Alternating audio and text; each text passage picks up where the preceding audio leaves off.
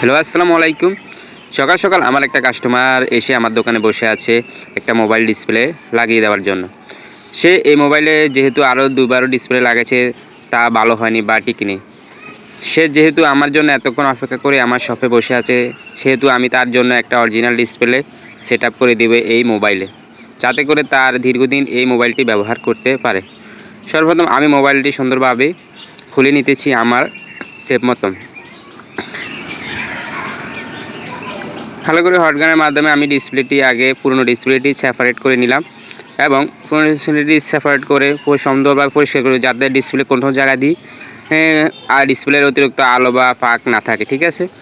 তারপরে আমি সুন্দরভাবে চেক করে নিলাম এবং আমি কালো গ্লো দিয়ে ডিসপ্লেটি সুন্দরভাবে সেটআপ করে নিব এবং তাকে দিব। আমি যেহেতু আমার কাস্টমার আমার জন্য অপেক্ষা করে এখানে বসে আছে এবং আমার থেকে একটা ভালো ডিসপ্লে নেওয়ার জন্য, তাই আমি বাজারে যে ডিসপ্লেটা সবচেয়ে ভালো বর্তমানে চলতেছে ক্রাউনের একটা ডিসপ্লে মোবাইলে সুন্দরভাবে সেটআপ করে দেব, যাতে করে তার দীর্ঘদিন এই মোবাইলটি চালাতে পারে এবং সন্তুষ্ট থাকতে পারে।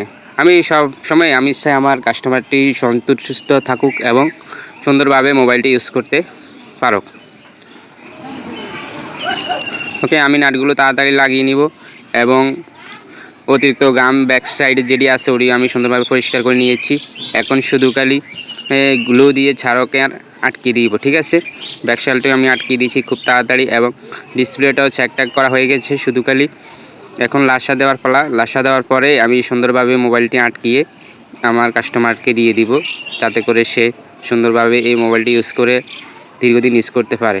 কারণ কাস্টমারের মোবাইল সুন্দরভাবে চললেই আমাদের ভালো লাগে এবং টিকসই হলেই আমাদের ভালো লাগে।